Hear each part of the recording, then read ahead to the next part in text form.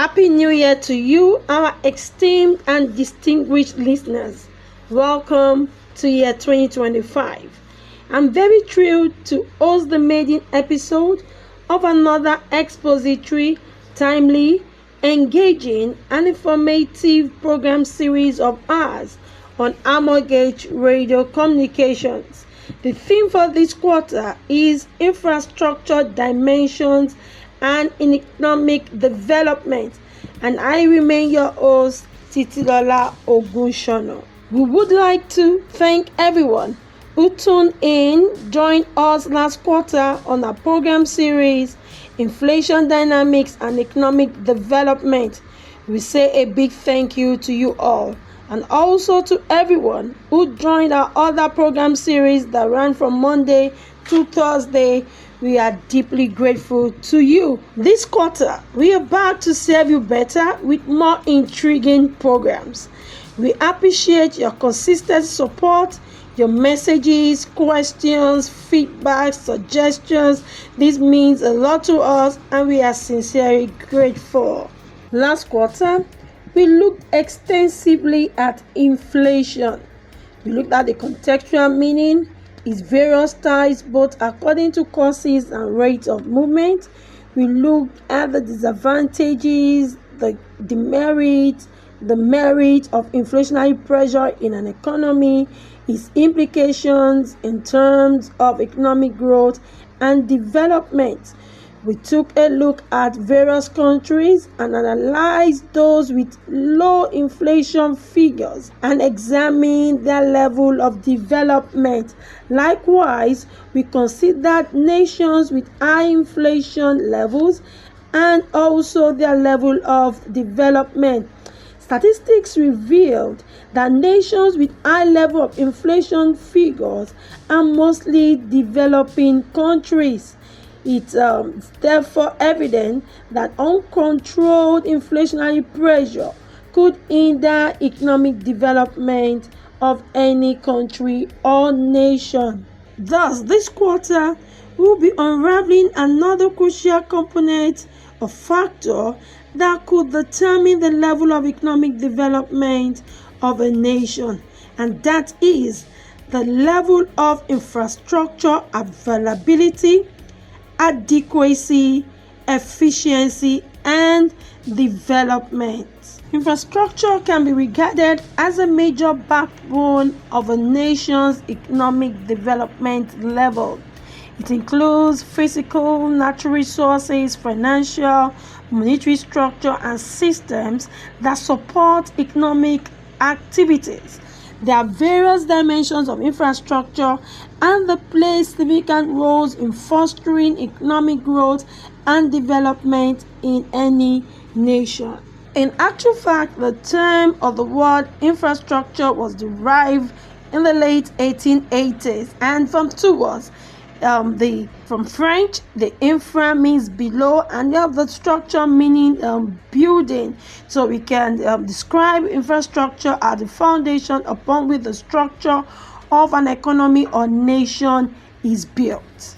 And from the title of our program series is Infrastructure Dimension, because there are various forms of infrastructure which we'll be considering, in subsequent episodes. Okay, there are various forms of infrastructure, and all of these forms are critical in the achievement of economic growth and development in any nation. Well, for infrastructure, you can look at it around two main forms. You could talk about the hard infrastructure and the soft infrastructure. So when you talk about the hard infrastructure, you're looking at the tangible, physical assembly of structures.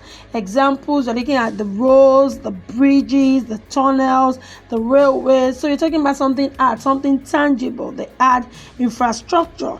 And also, it also includes assets, like when you have the transit buses, industries, the vehicles, the oil refineries. Also even involves the networking equipment and cabling. We're talking about the ag infrastructure, and statistics has revealed that there are a lot of job and growth opportunities that ag infrastructure has brought and keep bringing and could bring to an economy. And when you talk about that employment opportunities, it means that there'll be more income, and when we have more income, it means there'll be more disposable income to spend in the economy. People can consume. It means that going to lead to an increase in production activities, and that also means more profit and all for firms, for businesses. And when profit level increases, it means they can continue to expand, even create more job opportunities, and also even give back to the society in terms of corporate social CSR, corporate social responsibility, pouring back into the society. Now the second one, like I mentioned earlier, is the soft infrastructure. So this refers to services that needed to maintain the economic, the health and social needs of the population. So it might not be something so hard when talk about are tangible, but these are also services that will determine the quality of economic activities in the nation.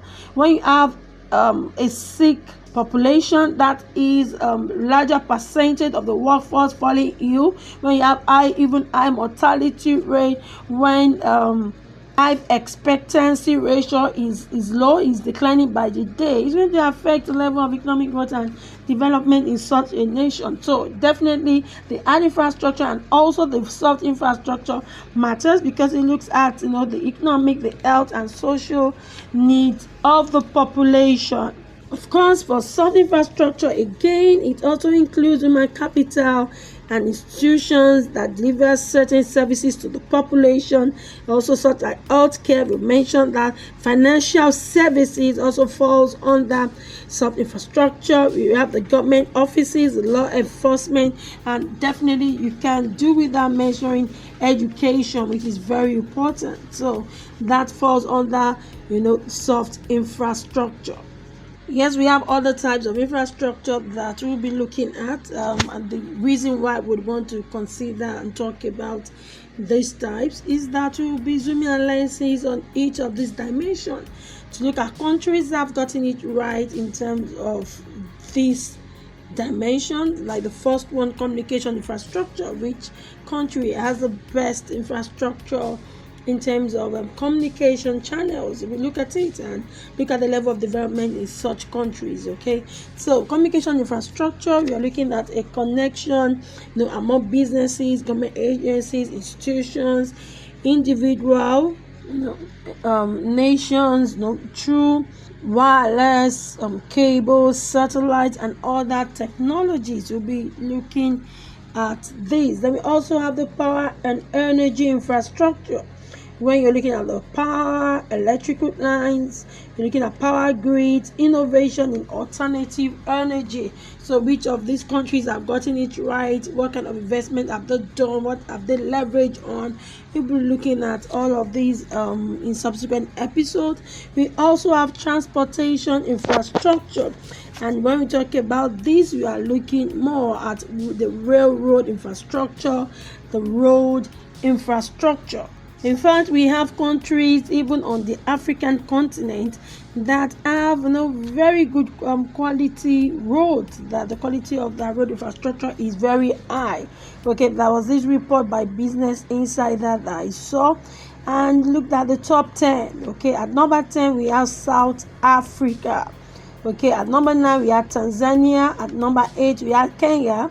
In terms of the quality of roads, we have at number 7 we have Morocco. At number 6 we have Cote d'Ivoire.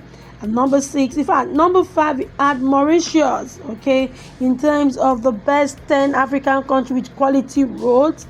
At number 4 we add Rwanda. Interestingly, at number 3 we have Benin. At number 2 we add Egypt, and interestingly at number 1, that's the best African country with quality, the best quality in terms of road infrastructure, we have Namibia at number 1. So we have some African countries getting it right in terms of infrastructure, transportation, but particularly road infrastructure. Of course, we also talk about the water infrastructure. Remember, when we talk about economic development, we are talking about the standard of living of the people, and one of the measures of economic development is the HDI, Human Development Index, and looks at 3 components. One of the components speaks to health, okay, life expectancy. It speaks to the quality of life of the people. So water infrastructure would also look at another type of infrastructure is recreation infrastructure. Okay, so you're looking at recreational facilities for public use, and this includes the parks, the playgrounds, the beaches, the picnic areas. Okay, that falls under recreation infrastructure. And we also have financial infrastructure. You are looking at the technical system through which payments are made, and also our transactions with financial instruments are handled. That financial infrastructure, we are going to be looking at very interesting macroeconomic variables. We're going to be considering the impact, the effect of interest rates on infrastructure development, okay, and economic growth in a nation. Okay, so interest rate, accessibility to funds, to finance, you look at that. Is important. Ease of doing business is also financial infrastructure. These are factors we'll be considering. There are a whole lot of others. We also have health infrastructure, we also have education infrastructure. There are a whole lot that are tied to economic development as regards infrastructure. We also have cloud infrastructure. Look at cloud storage, you look at computing resources in a nation. These are factors that would determine to a large extent the level of development in a nation. I will set the pace of development in a nation. And of course, around the globe, we have countries that have well-developed infrastructure.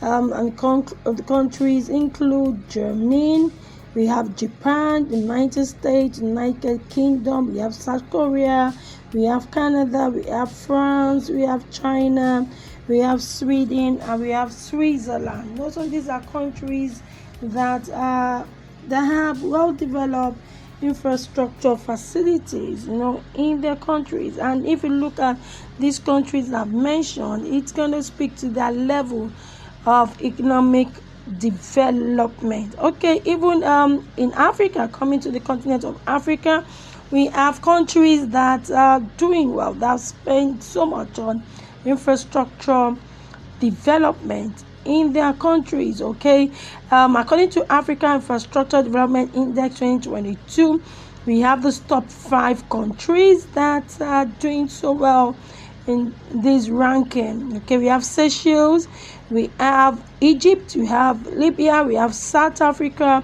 and we have Mauritius. And in this particular study, we had Nigeria at number 24. Okay, and we also have some countries struggling really down the ladder. We have Somalia, we have South Sudan, and we have Chad. We have these countries not having well-developed infrastructure facilities in their countries. So even from this report, it's obvious that some countries in Africa have achieved some progress in terms of energy infrastructure, transport, and technology infrastructure. And majorly this has been achieved through partnerships among government, international institutions, and investors. So these countries have achieved it. Everything has not been left totally into the hands of government. That's why we have various schemes now. We advocate for the private public partnerships. We'll talk about bringing more of the private sector into developing the economy, because I would always say that the work of government is not to provide all these facilities. However, the government should provide the right enabling business environment so that the private sector can also come in and it will thrive. Okay, but in Africa, a lot has been done. We also like the likes of the African Development Bank, AFDB. We have World Bank playing crucial roles in financing projects. Okay, though especially those focused on sustainability and renewable energy, because the World Bank is focused on achieving also the SDGs, sustainable development goals. Okay, but the reality, that though I would always say the sad reality, is that Africa as a continent has huge infrastructure demands. Okay, in fact, according to AFDB, that's African Development Bank, the estimated annual need for Africa in terms of infrastructural development is about 130 to 170 billion dollars annually, an annual figure of between 130 to 170 billion dollars. And the sad reality is that there is a funding gap, okay, of about 100 billion dollars. Okay, so what we need as a continent is about 130 to 170, and that's the report according to Business Insider. That's the source of the report. And that means that there's a huge gap, funding gap of about 100 billion, and it affects a lot of sectors, but particularly is affecting the energy and the transportation sector. Okay, in fact, even World Bank indicates that sub-Saharan Africa need to invest about 7.1% of GDP annually to achieve SDG goals and sustainable development goals. However, the current investment is about 3.5%. That's pretty lower than even half of what is needed. If you're just joining us, thank you so much for joining, and Happy New Year to you.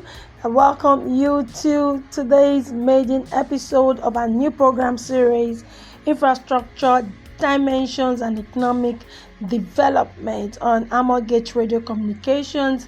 I remain Titilola Ogunsono, and what we have discussed so far is to take an overview of infrastructure, and we've looked at the various forms of infrastructure that you could have in an economy, and that we spoke about the hard infrastructure, the soft infrastructure. We went to all kinds of infrastructure, looking at the communication infrastructure, cloud infrastructure, health infrastructure.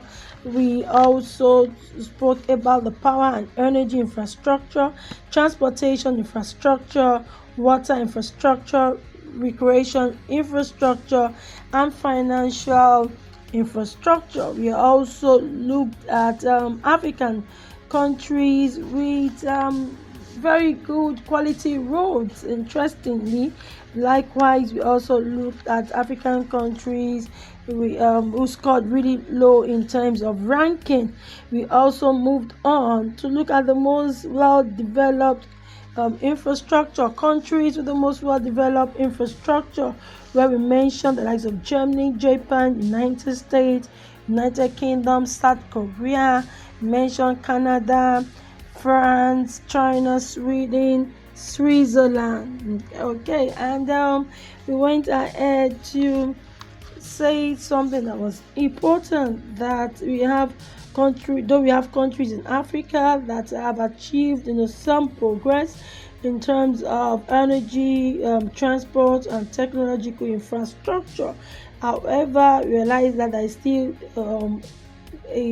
this huge infrastructure funding gap of about $100 billion annually. Now, I want us to also know that this funding gap is not peculiar to only developing economies. Okay, in fact, American infrastructure statistics indicated a funding gap of about 2.6 trillion in year 2023.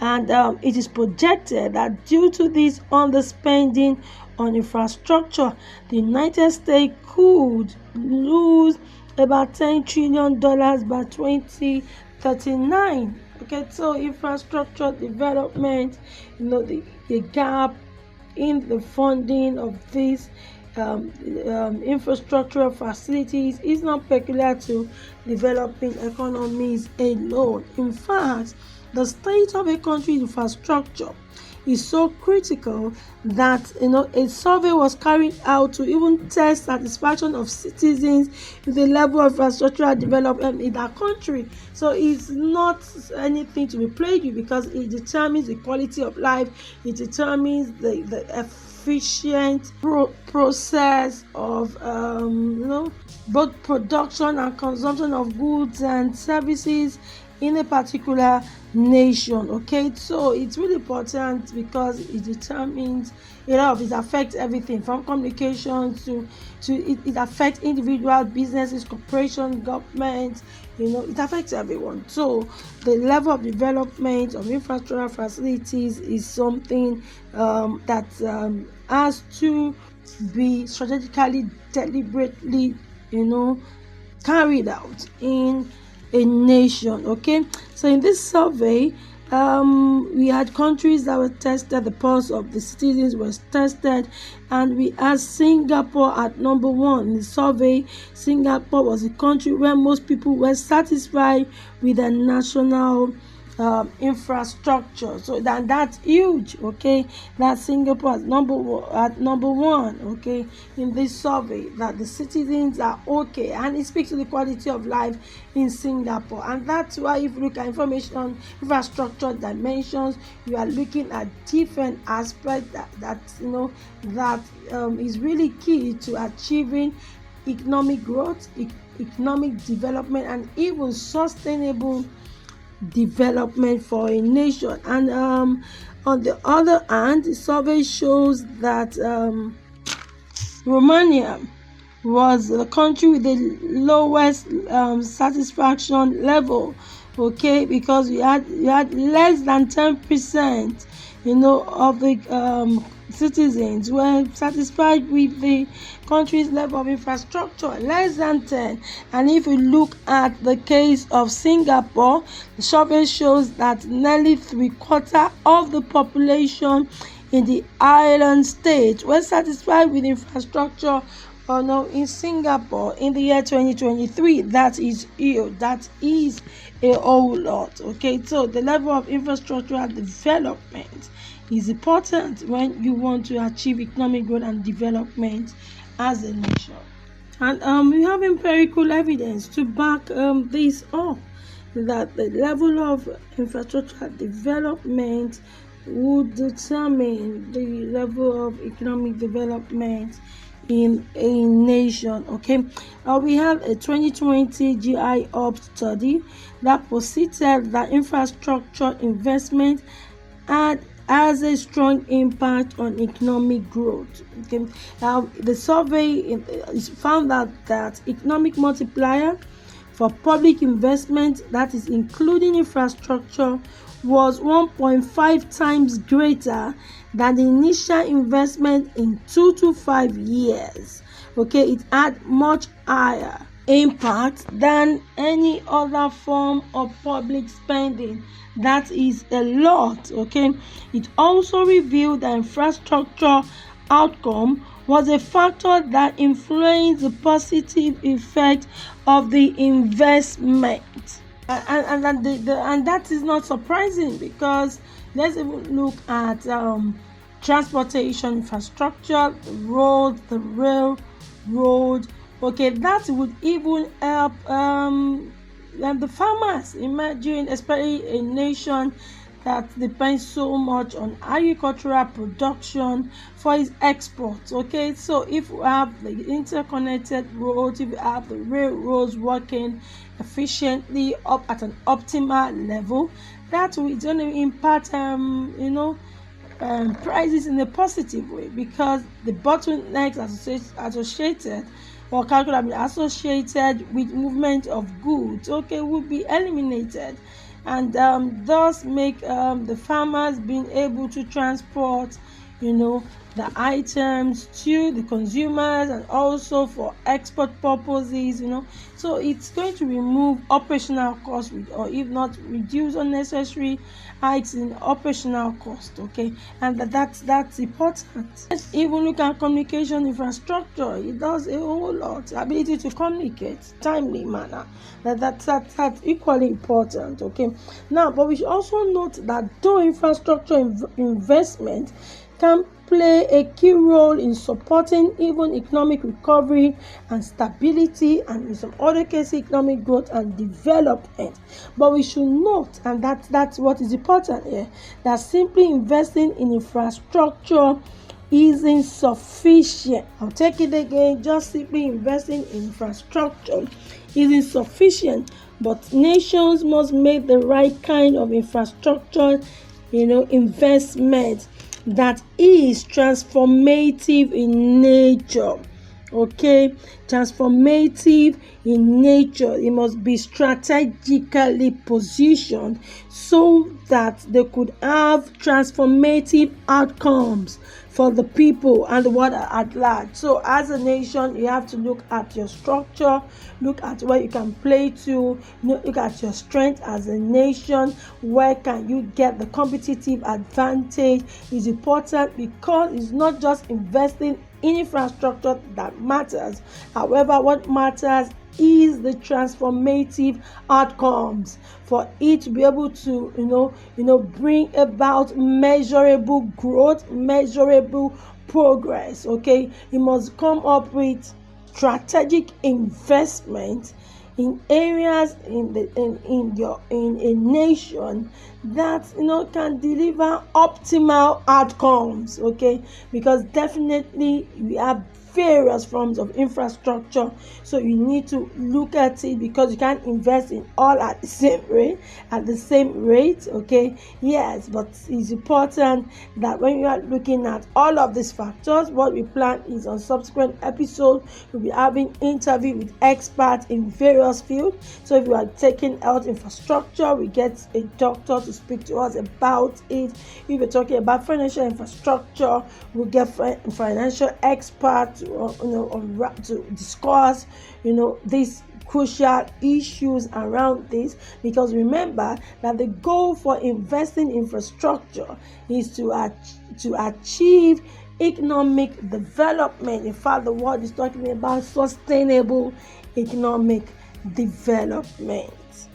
I wish I could go on and on, but I have to draw the curtain here. A big thank you to you for joining us on today's maiden episode of a new program series for the quarter, which is infrastructure dimensions and economic development. Also remember that we have other programs that run from Monday to Thursday. Mine runs every Friday as usual, 5 p.m. WAT, okay.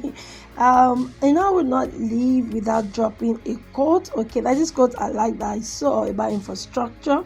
Remember, still in the spirit of saying that it's about transformative infrastructure development, investing in a way that will bring transformative outcomes, okay. And this quote, I saw it and I like it. It says that 21st century businesses need 21st century infrastructure in terms of modern ports, stronger bridges, faster trains, and the fastest internet. Okay, so thank you so much for your questions, feedback, suggestions. You want us to treat any area? Okay, yes, of course. The reason why we do this, at Armorgate Radio Communications, reason why we're here. So if you have any questions, you can just send a mail to us at contact@thearmorgate.org. And to learn more about us, okay, you can check us up on our social media handles, LinkedIn, Facebook, Instagram. It's Armor Gate. And also for your consulting needs, your training needs, your communication needs, your financial advisory needs, remember to also call on us at Armor Gate. We have various practice leads with a lot of experience and expertise to handle your needs. Yes, thank you so much for joining me today. Please do enjoy the rest of the evening and have a beautiful, rewarding weekend and a fruitful year 2025 and beyond. Bye from here.